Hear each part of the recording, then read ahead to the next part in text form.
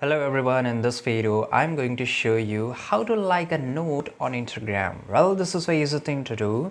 So right now, as you can see here, I'm in one of my ID, and if I just go here, and as you can see here that someone has mentioned a note, right? So how I can like, you can just like exactly like how you like this image, right? So you have to double tap.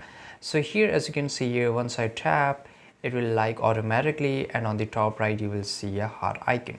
Now let me check, does it work or not. So I will just go back to my account from where I have made this note, right? And here, as you can see here, that if I just go and select, as you can see here, that this person have liked my note feature.